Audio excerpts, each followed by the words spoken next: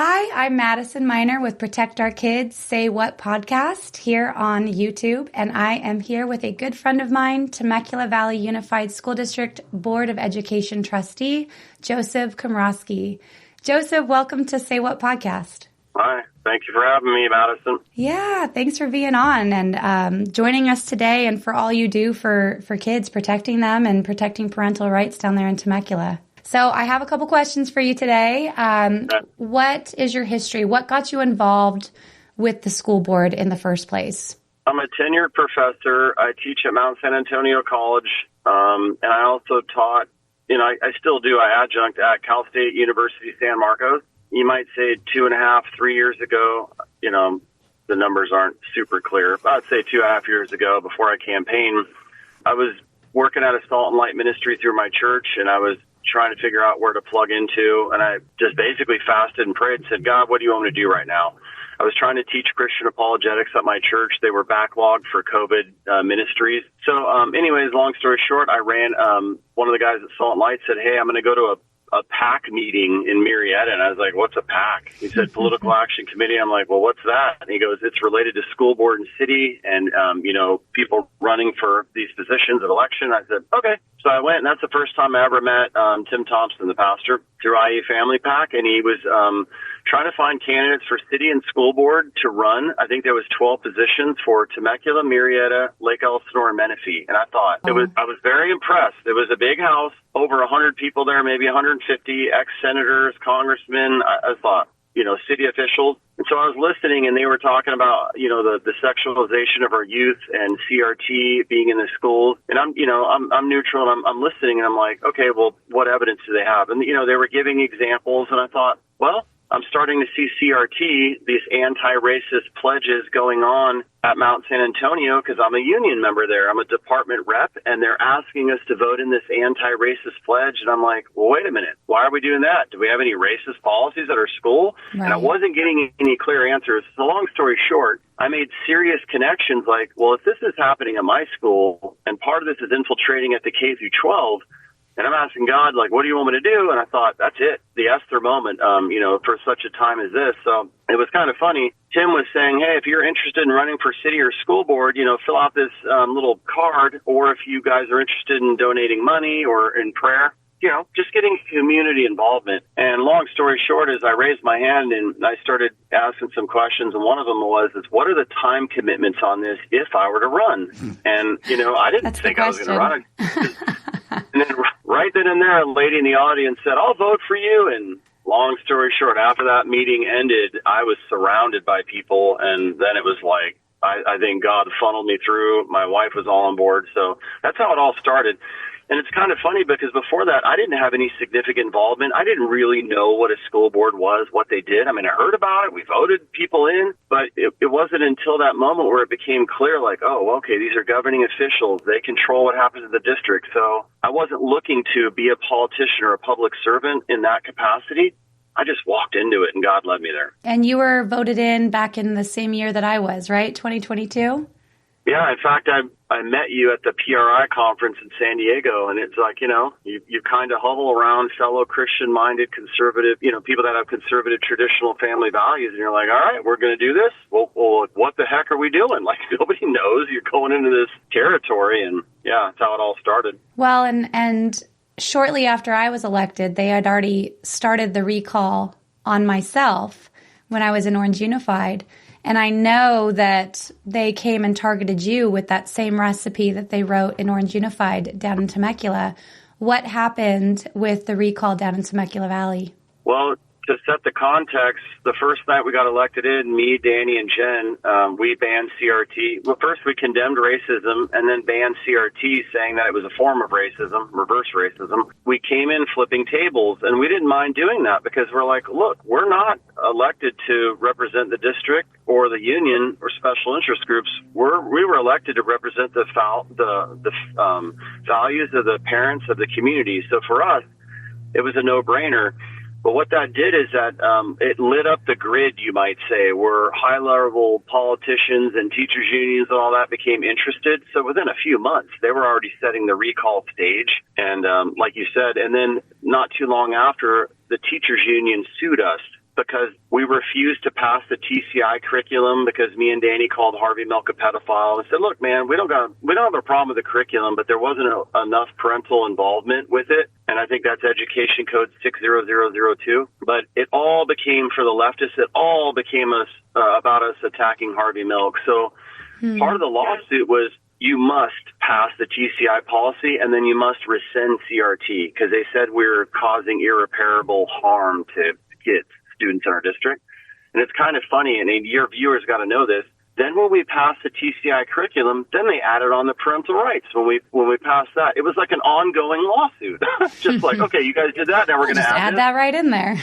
Add right in there. So that became, for them, one of the justifying moments where they're saying, hey, Joseph, Danny, and Jen are dividing our community with their chaos and their extremist views. And here we are like, yeah, I don't think so. We're representing traditional family values. So, yeah, that's kind of how it all went down. And like you, the teachers union, they weaponized the school district against governing board members that were elected by the community that have majority of conservative traditional family values. So what I tell people is, really what happened was the leadership of the teachers union weaponized the school district, not just against the board members, against the community. That's the real big 100-foot view. Yeah. It's like your vote doesn't count, people, because the teachers union, they're gonna push back as hard as they can.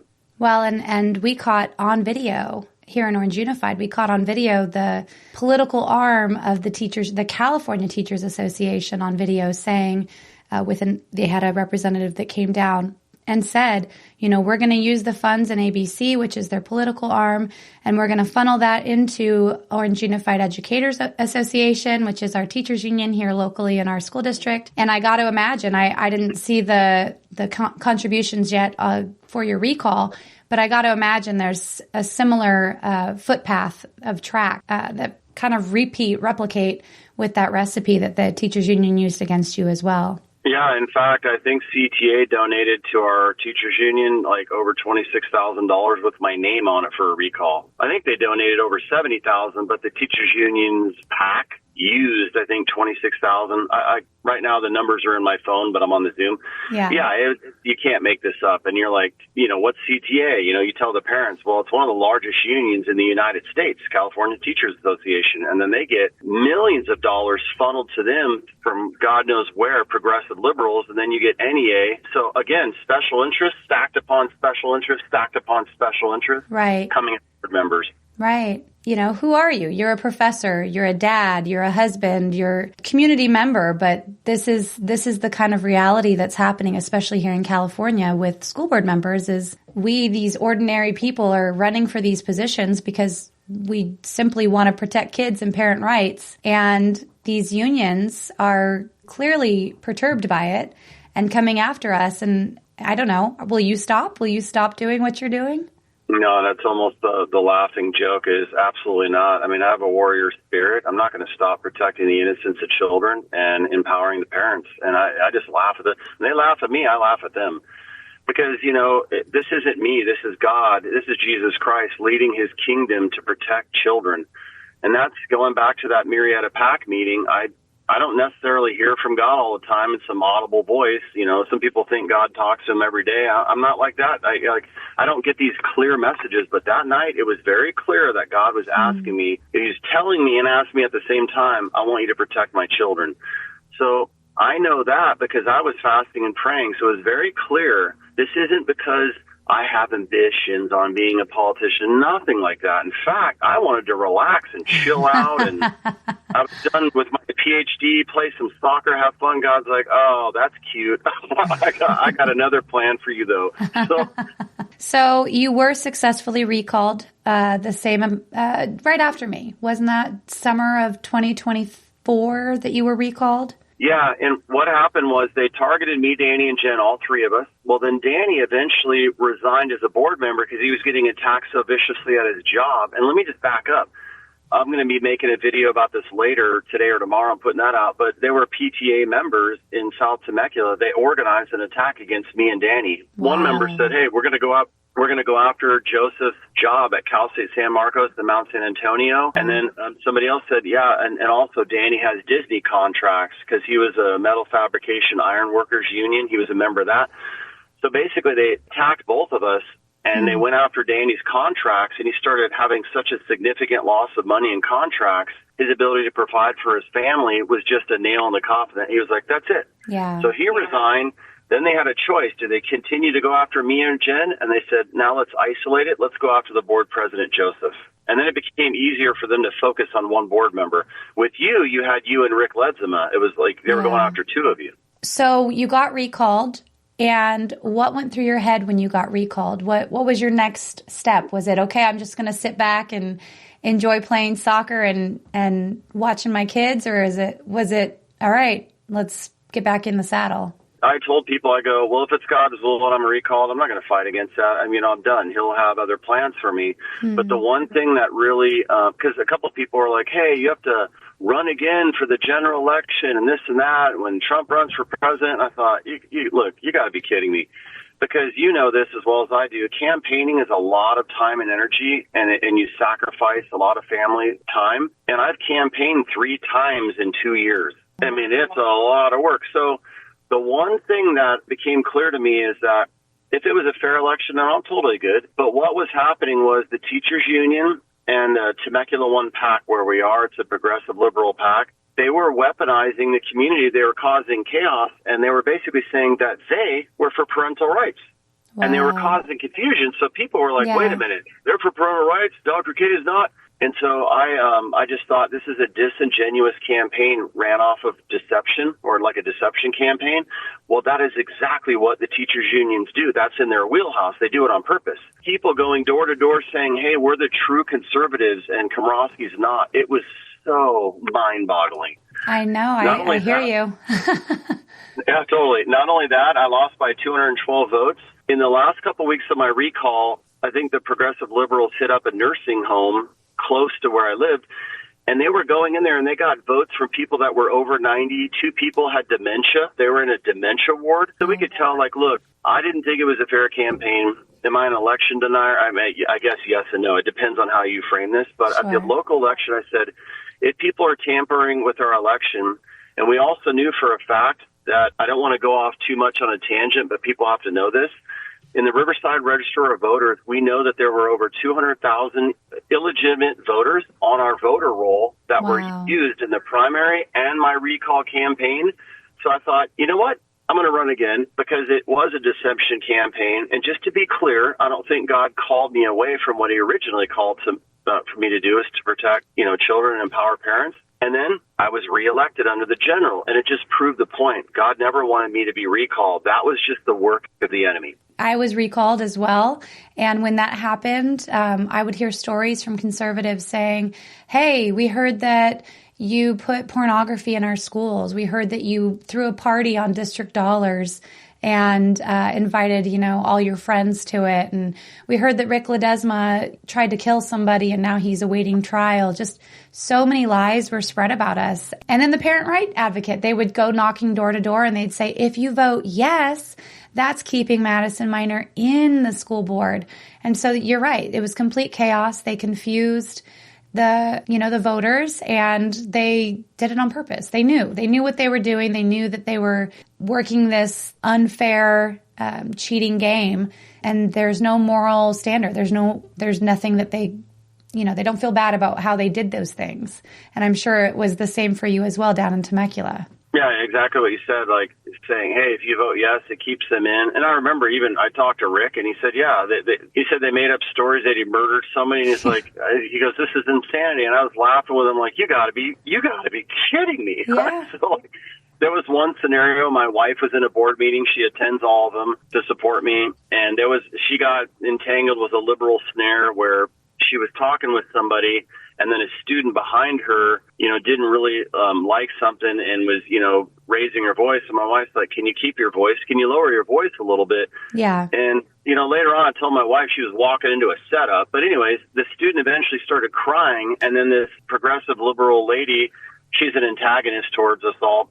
She basically framed my wife saying, Dr. K's wife is unhinged and the students are afraid to attend the board meetings. It got so nuts where, Wow. the student spotlights where they'd come and talk. Yeah. There was this big thing.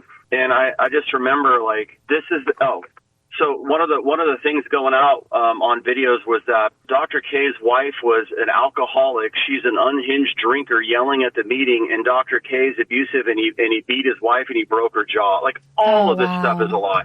Yeah. And my wife's 20 years sober. Wow. Yeah. Yeah. So yes, like you're saying, they don't care if they lie. Their number one goal is to get you to resign. They don't care if you die or end up in jail. They don't care about any of that. No, they're pretty heartless. I agree with you on that. And when I say they, I mean the progressive liberals that attacked us. And just to be clear, by the way, your viewers should know this.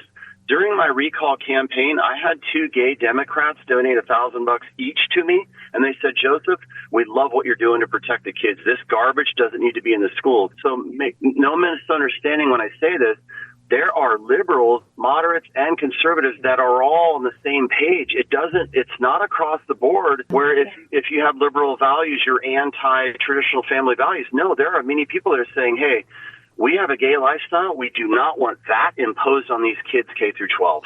And I think you bring up such a great point because I believe there was a survey that said 70% of Americans believe that parents should have the right to parent their own children. It's across party lines. It's across the aisle. It's not just left versus right. It's a universal issue that parents should be able to protect their kids. And that's the bottom line that I think a lot of people forget about when they're going through these battles where they're saying, oh, well, but I'm a Democrat, so I can't vote for you. It's like, no, this is a parent right issue. This is not a Democrat versus Republican issue.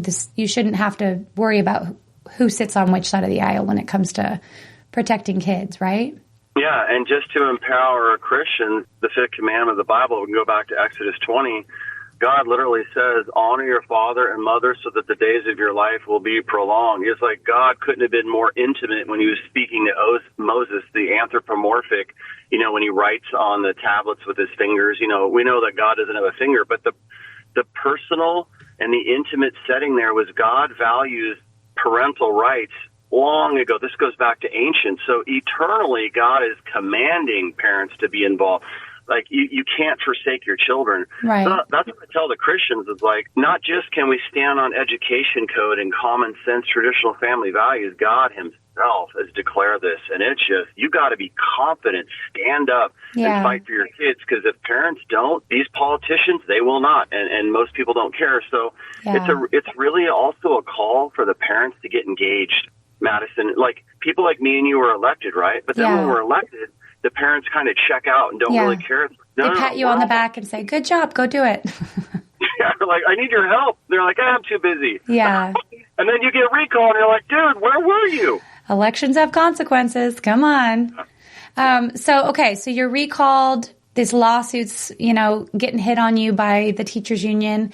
How does that affect you? Does that make you turn around and just kind of put your tail between your legs? What was the result for you, Joseph, with the recall as well as the lawsuit from the teachers union? You got to have a certain personality and be cut out for this, because when you start protecting the innocence of children, you're going to be attacked by the upper echelons of demonic activity. We're not just talking Ephesians 6. How about Daniel 10, when Daniel fasts and prays in 21 days. The angel Gabriel was withheld by the prince of Persia. People should really look into this, but he was a principality.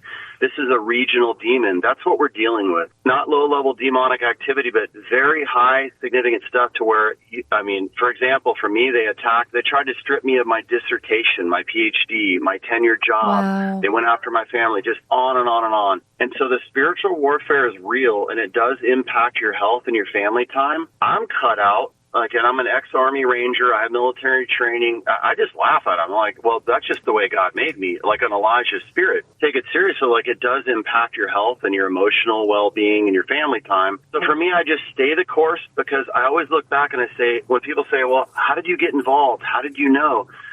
because I fasted and prayed. Yeah. Therefore, there's no mistake that God wanted me to do this. He's communicating with me. So that's kind of how I relax. No matter Amen. how hard the attacks are, I know God's 20 steps ahead of me. Now with the lawsuits, I don't take it personally. I do the best I can. I put my best foot forward, and I vote my values, and then God determines the outcome. Because this is about me, my flesh, or pride, or my ego, or ambition. No. It's about God. And the second you let your flesh get in the way, you might as well resign. If that's a pattern, because the character defects, and you know this, they come out when somebody receives a position of power, then all of a sudden their true character comes out, especially in the dais. Isn't that the truth? Oh, my goodness. Yeah. So what would you say are the biggest threats to parental rights, especially in Temecula Valley for your constituents? Lawsuits, PERB, this, quasi-judicial governing body who oversees. When the unions, for example, a lot of people don't know this, you pass a parental rights policy and a teacher has to do something outside of their contract or flag policy, which we all pass, and it requires the teachers to do something more. The unions could say, you didn't negotiate with us. That's collective bargaining and impact bargaining, and we need to negotiate that. So it was uncharted territory. We're like, we're not concerned with what the unions think. You can threaten us with your lawsuits all you want. We never anticipated Danny leaving to Texas or me getting recalled, or we would have appealed a PERB decision. And PERB said, you have to rescind your parental rights and your CRT. And we're like, no, go pound sand. Well, what we did is we hired advocates for faith and freedom to represent us pro bono, and lo and behold, and we were on OAN News, and this is like a big story. But we had a Riverside Superior Court defend us because the teachers union said that we want you to grant a preliminary injunction against TVUSD.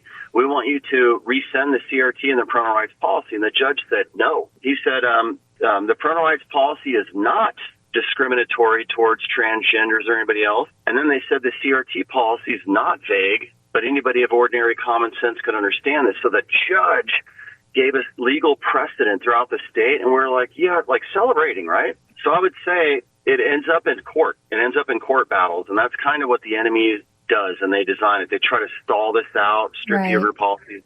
So long story short, we have this awesome legal standing, whereas Escondido, Chino, Chico, they were dealing with federal lawsuits. Ours was state. So we had the precedent. Well, when I campaigned and I got reelected and I sworn for my first meeting, we were going to talk about the PERB decision. And they said, basically, now you have to rescind your policies because now PERB gets involved and the union is screaming unfair labor practice. What didn't happen was advocates for faith and freedom, they were not notified. And keep in mind, they're representing our school district pro bono. They were not notified by our district, and that falls on the head of the superintendent. And it was really, really sad. So we all voted to rescind the policies because we thought we were legally advised. You have no choice, at all. You have to do this. And so we did. And then Bob Tyler finds out, hold on, why didn't you guys notify me? You guys received bad legal advice. I say all that because it's really sad. And we're still going to fight this and put forth the policies and renegotiate with the union. I actually really like our superintendent. All three of us, me, Danny, and Jen, hired him. I like him, but that was a huge mistake that was made because that falls on his head. But like I said, I really like him. So I guess the parental rights is under combat from the enemy in various ways. Unions can sue. You got Bonta getting involved, and you just keep on fighting the good fight, saying, you know what, God will take care of this, and maybe Trump on high with his executive orders will help us. So I think we're in a good position. We're going to put forth another parental rights policy. Perfect. I advocated for using the new Chino policy with changing records that the parents be notified. It avoided AB 1955 language. So to answer your question, you got the people in Congress at the state of California, they weaponize against local control by creating bills to strip us of the policies we vote in, which is, you can't make this up. So my thought was use the newer Chino policy and use the Placentia Yorba Linda policy that makes it about mental health, combine them, put it on there. We're going to empower the parents once more. And then the flag policy, not a single word needs to be changed. And I'm a patriot. I love my country. So you just fight the good fight and continue to put them forward and work for the unions. You have to do it. Yeah, I think that's right on. So what advice would you give to parents that are watching this? What are their rights and what can parents do to advocate for their children? You have rights under California Ed Code. You also have rights as well. If you have the worldview of Christianity, which I do, we believe in theism, a personal God. Just like I said, you fifth commandment, God says, honor your father and mother. You start taking the parents away from these kids, and you let the states try to run your family. I mean, that's communism, socialism, Marxism. Throw any one of those up there, it's to have these rights. Whether you're gay, whether you're transgender, whether you're heterosexual, none of that matters. You're a parent or guardian, you have rights over your children and not the state. You are the final protector and guardians of your children, not the state, not the county. So I'd say stand strong and be confident. There's no time for cowardice. You have to be courageous and take a stand. If parents don't press up against the district, don't talk in public comments, don't send those emails in saying, hey, my kid was exposed to X, Y, and Z, we won't know. And I've heard things like parents are like, well, I want to get involved, but I'm afraid I'm going to get attacked. Again, cowardice. Stop doing that. If you get involved and you stand up and you try to protect your kids and you make this publicly known, guess what? It's infectious. Other parents see it and they're like, I'm going to do the same thing. And guess what? People like me and Madison get voted into these positions because it spreads all across the Southern California and the United States. The parental rights movement is massive, massive. These days of wokeism, Madison, they are gone. Yeah. And what I mean by that is the hypersensitivity to the LGBTQAI+, hypersensitivity to race and social justice.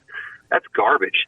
Now the hypersensitivity to academic excellence and common sense, those are where people are at now. So I say we're in a movement now that has even more momentum than it did 2 years ago when me and you first got elected. So stay the course, be in prayer, and fight. So real quick, and then we'll wrap it up. But what's next for you in Temecula Valley? What's the next goal that you have that you want to be able to either pass or push in Temecula Valley? Focusing on parental rights and the flag policy, getting those back on. For me, just now making sure that the district does what the law of the land is. When the governing board votes things in by the majority of the board, some members of the district might not enforce it or might not be supportive of the board or some rogue teachers. My job now is just to relax a little bit, focus on visiting school sites, getting math scores and reading writing scores raised. And I'm in an accountability and goals subcommittee, so that's huge. But here's another thing. Ethnic studies. AB 101, the state demanded that we have an ethnic studies curriculum.